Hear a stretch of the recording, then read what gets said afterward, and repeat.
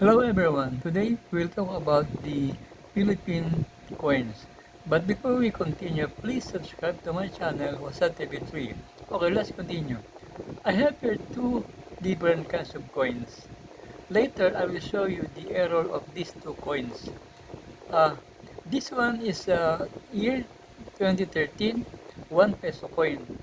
In front of this coin, you will see the portrait of Dr. Jose Rizal, this one, Dr. Jose Rizal, our national hero, and on the lower side there is a year 2013, and here the Republika ng Pilipinas. And I will show you the reverse of this coin. This is the logo of the Bangko Sentral ng Pilipinas, and on the lower side there is a 1993. Okay, let's continue.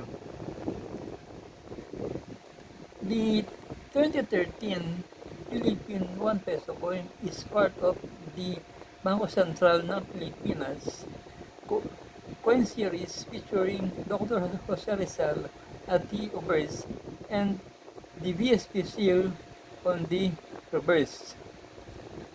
The 1 peso coin is made of nickel-plated steel, typically weight 5.55 grams and has a diameter of 24 millimeter.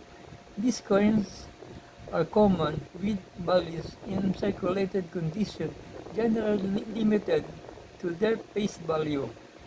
The 2013 1 peso coin is commonly available in circulation and is not considered a rare coin, but it remains a popular item for Philippine currency collectors.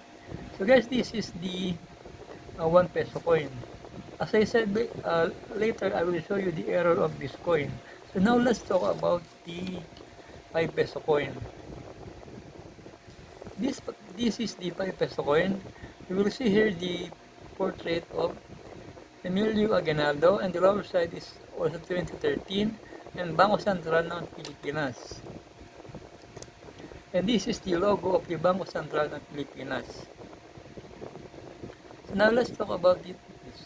The Philippine 5 peso coin from 2013 is part of the BSP series featuring the profile of Emilio Aguinaldo and is made of nickel brass. It has a round shape and is part of the standard circulation coins issued from 1995 to 2017. The reverse side shows a diabang plant and the Bangko Sentral ng Pilipinas BSP logo. The 5 peso coin is made of nickel brass issued from 1995 to 2017 as standard circulation during 2013. Okay guys, as I said earlier, I will show you the error of this coin. I have two different coins. This is the 5 peso coin. I will focus the coin. Okay. This is the 2013 on the lower side, year minted, and this is the error. Okay.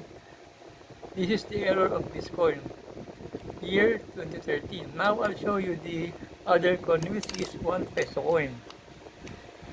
The 1 peso coin is the same error and the same year. Okay, year 2013, the same with 5 peso earlier, and this is also the error, the same error here, and the same year minted.